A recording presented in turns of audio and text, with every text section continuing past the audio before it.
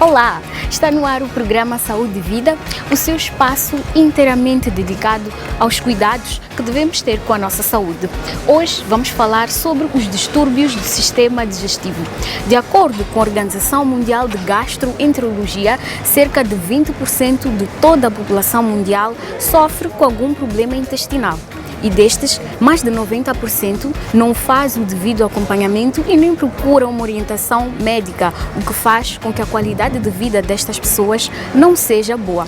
Portanto, hoje vamos conhecer os serviços de gastroenterologia do Hospital Central de Maputo e vamos também esclarecer algumas dúvidas sobre este assunto. Seja bem-vindo! Hoje vamos esclarecer algumas dúvidas sobre os distúrbios do aparelho digestivo e quem vai nos orientar é o Dr. Prasad, é médico gastroenterologista e é diretor do Serviço de Gastroenterologia aqui no Hospital Central de Maputo. Olá, doutor, seja muito bem-vindo ao programa Saúde e Vida. Primeiro, agradecer o vosso, portanto, a necessidade de fazer este programa e cumprimentar aos telespectadores.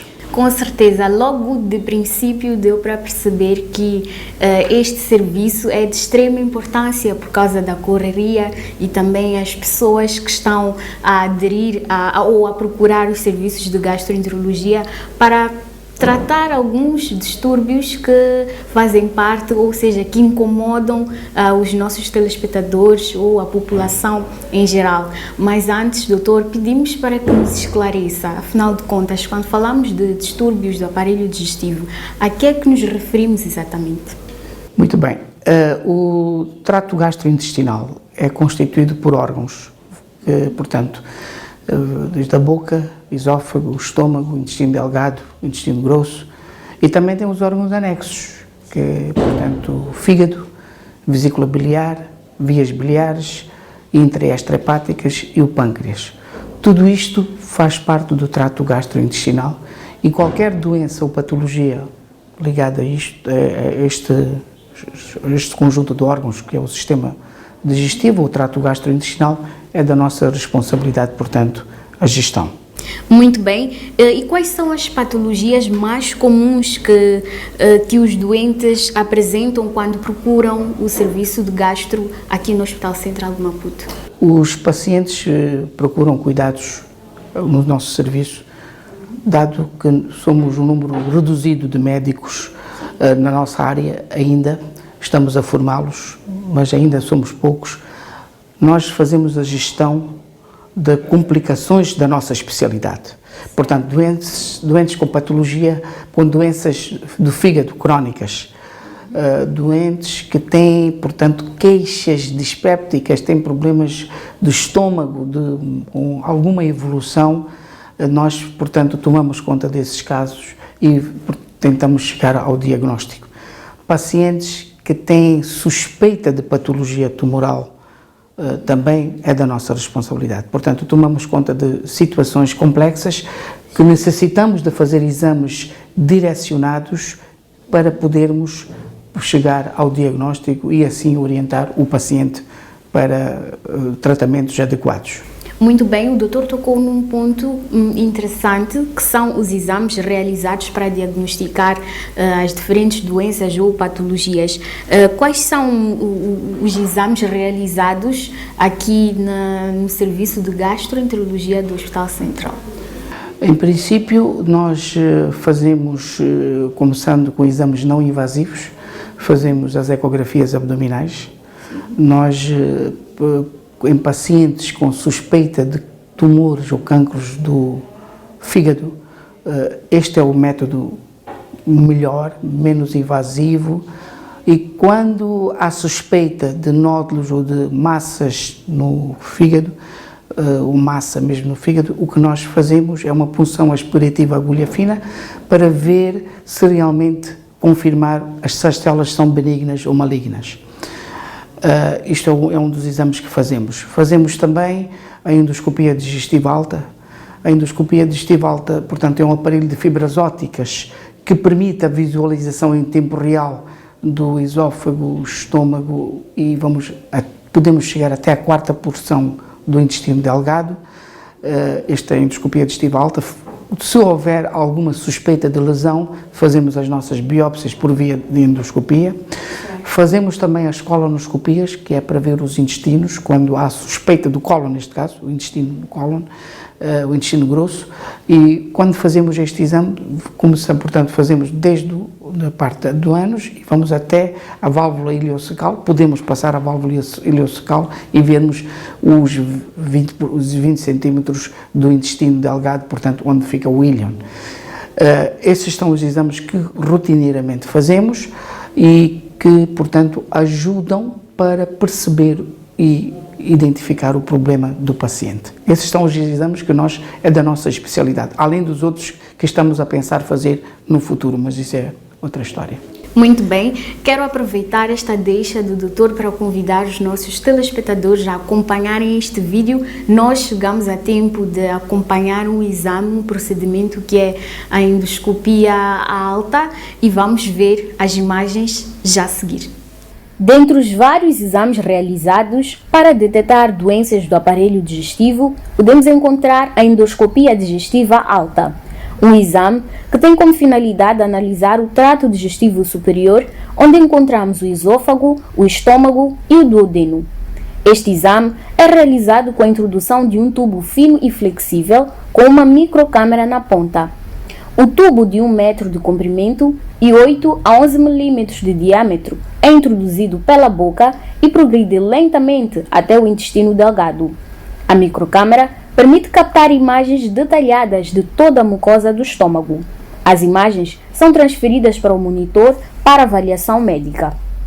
A endoscopia digestiva alta é realizada em situações como anemia, refluxo gastroesofágico, vômitos frequentes, sangramentos gastrointestinais ou em suspeitas de cancro do trato digestivo superior, onde o paciente pode apresentar sintomas como dor, azia, náuseas, enjoo, dificuldade de deglutição e sintomas relacionados com a perda de sangue, como vômito com sangue ou sangue escuro nas fezes. O exame é totalmente seguro, bem tolerado e é realizado com uma leve sedação.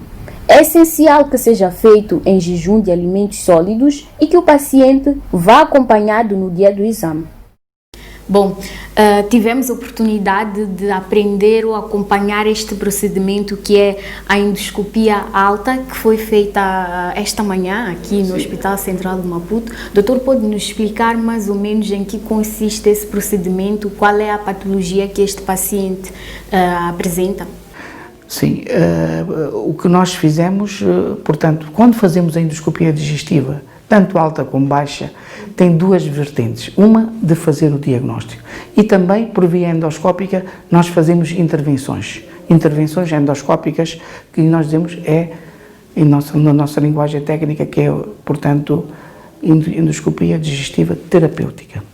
Neste caso, neste paciente, é um paciente que já vem sendo seguido há bastante tempo por um quadro de hipertensão portal, por uma doença hepática crónica, que tem varizes, mas que está a fazer um tratamento regular. Ele tinha episódios de sangramento das varizes, os níveis de hemoglobina baixavam muito e nós então enquadramo-lo num programa de laqueação elástica endoscópica. O que é que isto quer dizer?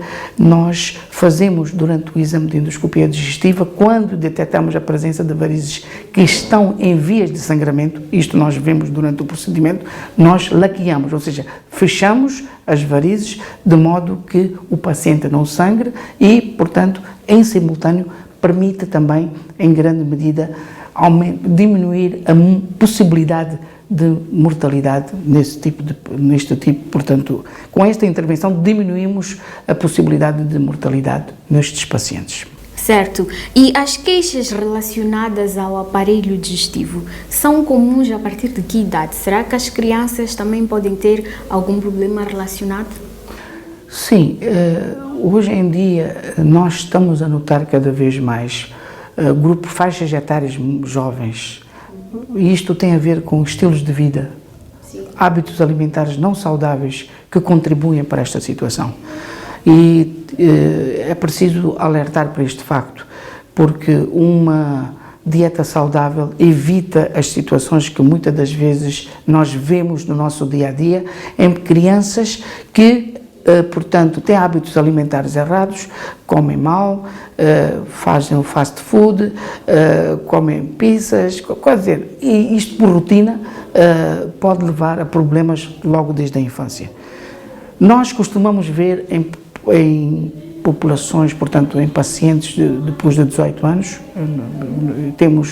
e a faixa etária com gastrites não é uma população muito velha, em princípio, são pacientes que estão na faixa etária dos 25 aos 40 anos, 45 anos. Este é o grupo etário nos adultos, que é a nossa experiência.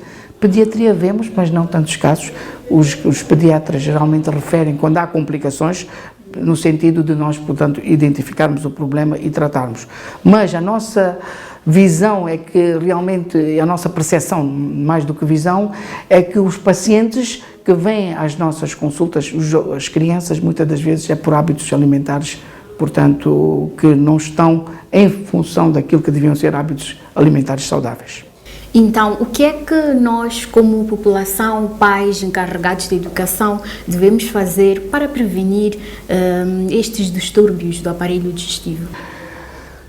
Como prevenção, se tiver uma boa alimentação, e uma boa alimentação é uma alimentação regrada, à base de peixe, verduras, frutas, ajuda, portanto, em grande medida, para que não haja esse tipo de distúrbios.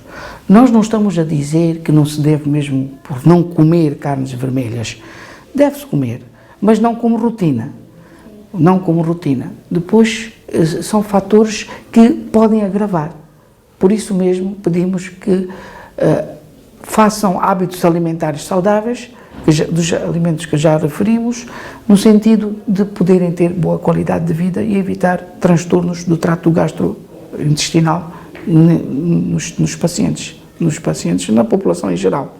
Certo. E quanto tempo, mais ou menos, é preciso para tratar e curar uma patologia do trato intestinal? Sim, é assim, nas situações das gastrites, geralmente os nossos pacientes, quando chegam a nós, quando eu estou a dizer ao gastroenterologista, geralmente já passou por vários médicos, a sua gastrite já é crónica, então nós temos uma estratégia de tratamento conforme as guidelines internacionais, tratamos por 6 a 8 semanas esses pacientes com medicamentos apropriados, com orientação dietética e, acima de tudo, pedimos ao paciente para cumprir os tratamentos, porque realmente é possível, portanto, melhorar significativamente a qualidade de vida dos pacientes, pondo duas vertentes. Uma vertente, medicamentos, outra vertente, alimentar. Tudo isto exponencia no sentido dos pacientes poderem ter, portanto, boa qualidade de vida que todos querem. Muito bem. E tratando-se de uma doença crônica, há muitos pacientes que, quando já se sentem melhor, param de tomar a medicação e pensam que já não é preciso. Qual é o conselho que deixa para estes pacientes? Porque depois acabam tendo recaídas e depois o tratamento fica, podemos dizer, anulado por causa do comportamento, inicial. Sim, por causa do comportamento. Exato. Nós sempre, quando vemos que o paciente cumpre, a nossa intenção sempre, na última consulta, deixar dicas para que o paciente, quando tem sintomas, não recorra imediatamente ao médico. Portanto, damos algumas dicas, damos algumas ferramentas para o paciente cumprir durante algum tempo. Caso não melhore, depois pedimos para regressar. É o que nós fazemos rotineiramente nas nossas consultas, porque também não podemos ter pacientes por períodos prolongados de tempo, já dado que somos poucos. Sim. Isto é um aspecto. O outro aspecto é que se o paciente está bem, também não tem sentido estar nas nossas consultas. Portanto, tudo isto são fatores que nós temos em conta e ponderamos nas decisões que tomamos. Muito bem, a conversa está super interessante, estamos hoje a aprender muito e a aumentar os nossos conhecimentos sobre os distúrbios do aparelho digestivo. Mas para já vamos a um rápido intervalo e nós voltamos já com mais informações para si.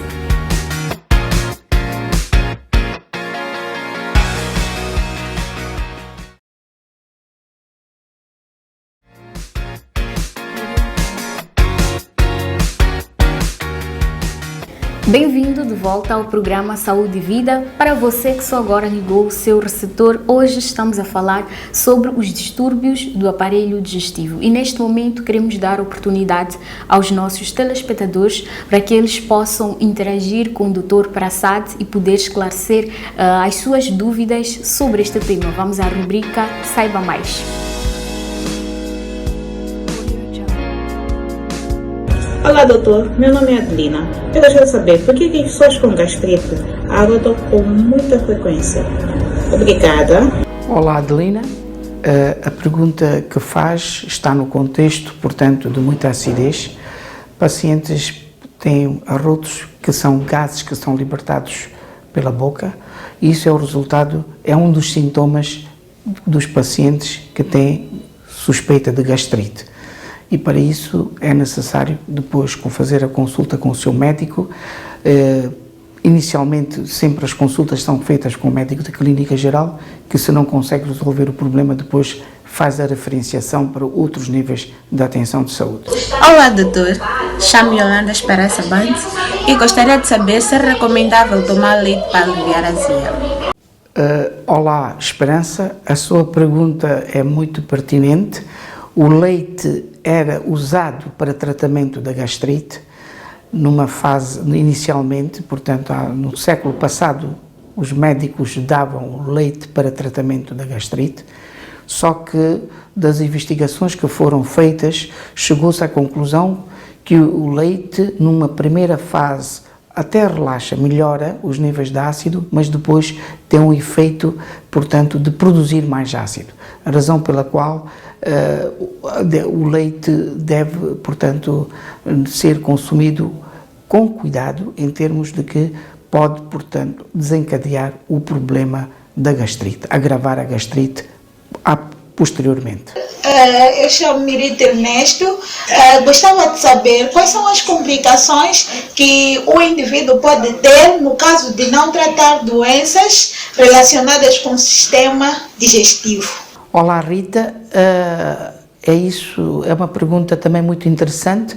O que nós pretendemos é que as pessoas com certa idade façam a prevenção. E a prevenção é a base para evitar os problemas e as complicações do futuro. No caso de pacientes que têm 40 anos e que fazem um check-up, isto pode ser, portanto, uma maneira de fazer a prevenção.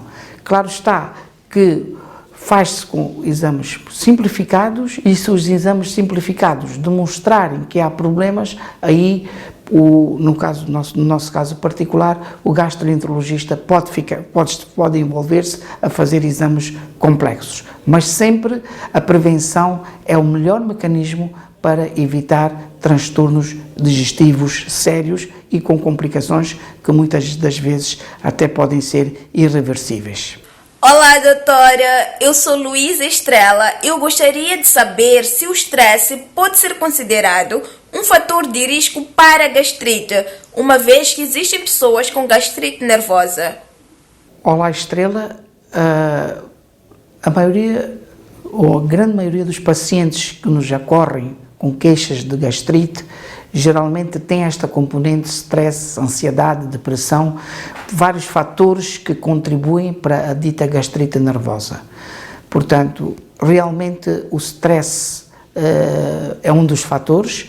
Algumas das vezes nós pedimos aos pacientes para ter um aconselhamento psicológico no sentido de, portanto, serem tratados adequadamente para se resolver o problema da sua gastrite que vem à nossa consulta.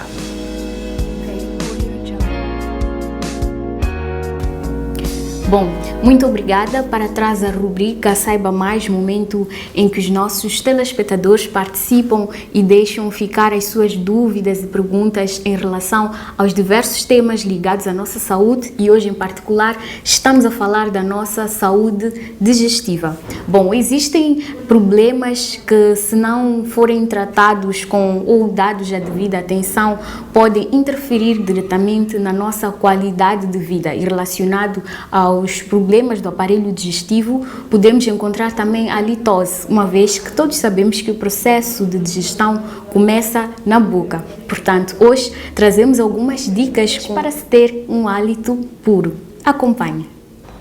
Olá a todos os telespectadores, eu chamo-me Lorena, sou médica dentista e estou aqui para falar-vos sobre a litose. A litose, ou o mau cheiro da boca, é assim como nós designamos, aquele mau cheiro que sai da nossa boca. E por quê? Muitas vezes porque nós não fazemos corretamente a nossa higiene ou exatamente má higiene da boca.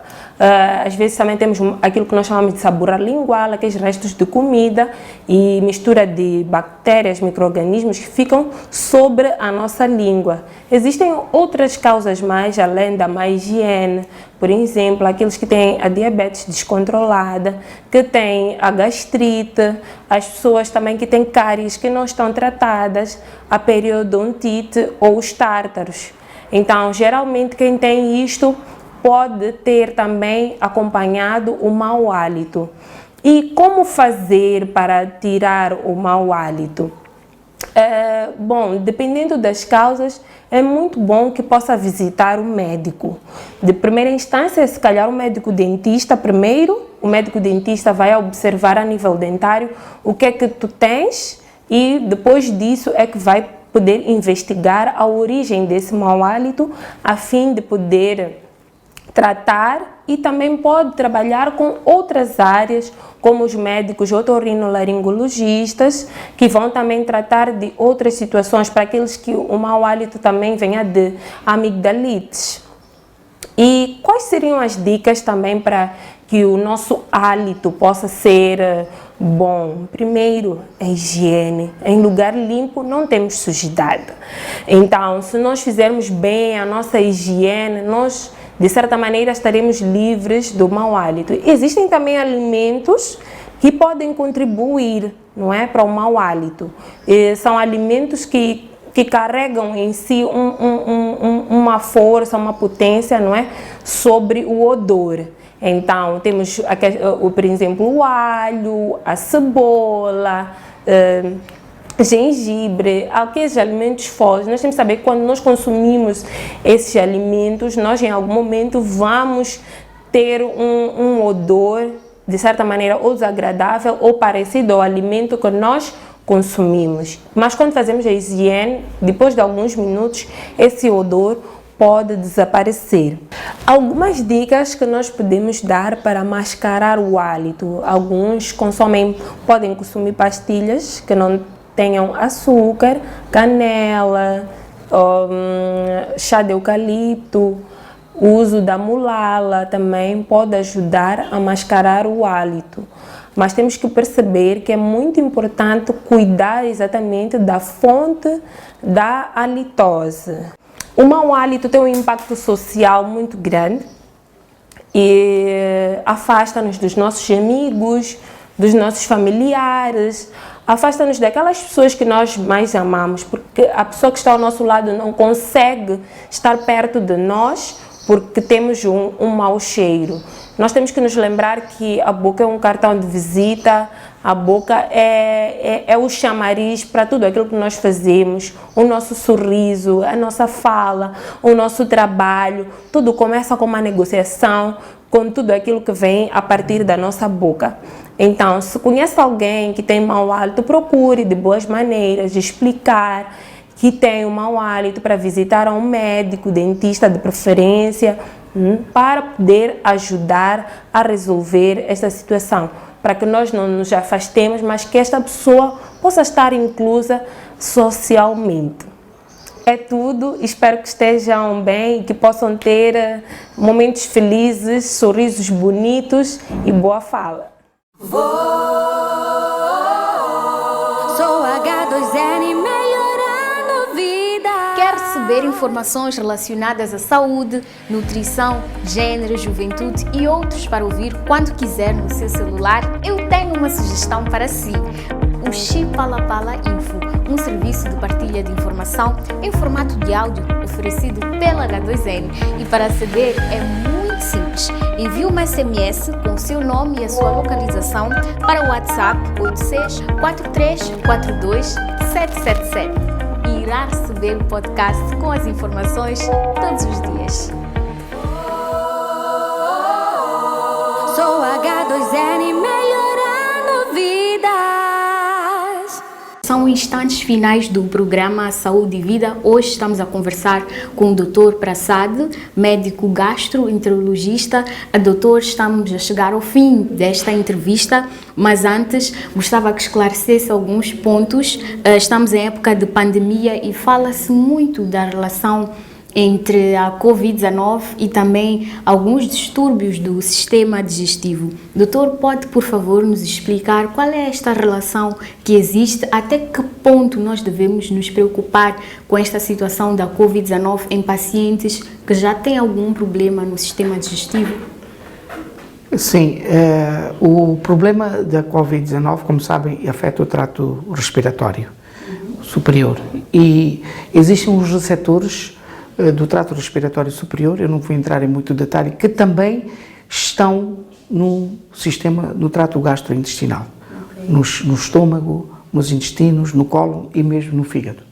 Portanto, o vírus pode entrar em contacto por esses receptores no trato gastrointestinal por essas vias e provocar em pacientes dor abdominal, diarreia, mal-estar, falta de vontade, falta de apetite para comer, são aspectos que podem surgir nestes pacientes. E muitas vezes podemos confundi-los com algum problema do sistema digestivo. Exato, mas em princípio pode-se confundir realmente, mas os sinais maiores estão no trato respiratório. Entende? Portanto, existem sinais já típicos, todo mundo já conhece, portanto não vamos estar a repetir, do trato respiratório superior, e portanto que já é do conhecimento, mas dizer que também o do trato gastrointestinal, pelos receptores que tem, pode ficar afetado e pode-se identificar pelos testes específicos o vírus, as partículas virais nas fezes. É possível fazer essa identificação.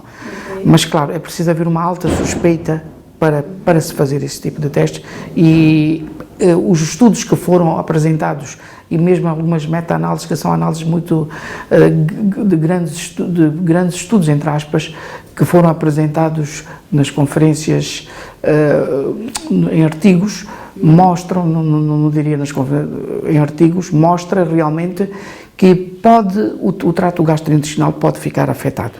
Agora, isto todos os dias estamos a conhecer coisas novas, certo, mas não é um alarme, mas nós como clínicos temos que estar precavidos dessa situação. Muito bem, Dr. Prasad, em jeito de últimas considerações, que recomendações deixa para todos aqueles que estão a assistir o Saúde e Vida neste momento? A recomendação é que tenham, para ter qualidade de vida, e tudo isto depende de nós, é o que nós comemos. O nosso sistema digestivo depende daquilo que nós comemos. Isto é um aspecto. O outro aspecto é a prevenção. Certo? A partir de certas idades, fazer check-ups e fazer exames em função daquilo começando com exames simples, como é óbvio, passando para exames complexos, quando for o caso, no sentido de prevenir e evitar que a doença se manifeste numa fase tardia e que tenha depois complicações sérias. Portanto, prevenção é a nossa mensagem e a bandeira, como se costuma dizer, que queremos deixar deste programa. Ok, muito bem. Muito obrigada, Dr. Prasad, por disponibilizar o seu tempo, pela sua abertura em colaborar com o programa Saúde e Vida e trazer mais informações para os nossos telespectadores. Nós esperamos contar com a presença do doutor nas próximas edições do nosso programa. Muito obrigado pelo vosso tempo também, mas dizer que nos próximos programas também os meus assistentes poderão dar a mão, porque nós somos uma família e trabalhamos em conjunto e eu penso que já viram aqui no nosso serviço como trabalhamos. E muito obrigado. Muito obrigada. Bom, por hoje é tudo. Já sabe que pode continuar a interagir conosco através das redes sociais, no nosso Facebook, YouTube e também WhatsApp, onde pode interagir e deixar ficar as suas dúvidas e perguntas sobre os diversos assuntos ligados à nossa saúde. Tchau, tchau e até uma próxima oportunidade. Não se esqueça, cuide sempre da sua saúde e previna-se da Covid-19.